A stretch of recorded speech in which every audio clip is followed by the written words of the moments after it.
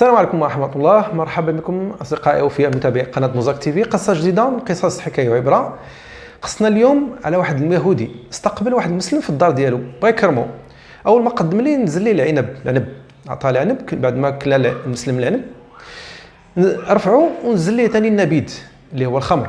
هنا المسلم قال لي لا اسمح لي، حنا الخمر حرام عندنا.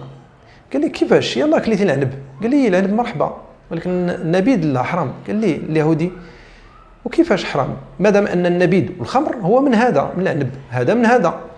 قال لي واخا. قال لي انت متزوج؟ قال لي نعم. اليهودي قال لي نعم. قال لي ممكن تجيب الزوجه ديالك؟ قال لي واخا. جاب الزوجه ديالو. قال لي انت عندك شي ابنه؟ قال لي عندي ابنه. قال لي جيب الابنه ديالك كذلك. جاب الابنه ديالو. ويقول لي المسلم قال لي اليهودي اذا كانت الزوجه ديالك حلال عليك والابنه ديالك حرام عليك فإن هذه من هذه. هنا بغيتكم تكتبوا لي في التعليقات متابعين موزاك تيفي شنو الرأي ديالكم وشنو العبرة من هذه الحكاية. شكرا لكم على المتابعة، بقوا أوفياء لقناة موزاك تيفي، دمتم سالمين، السلام عليكم ورحمة الله.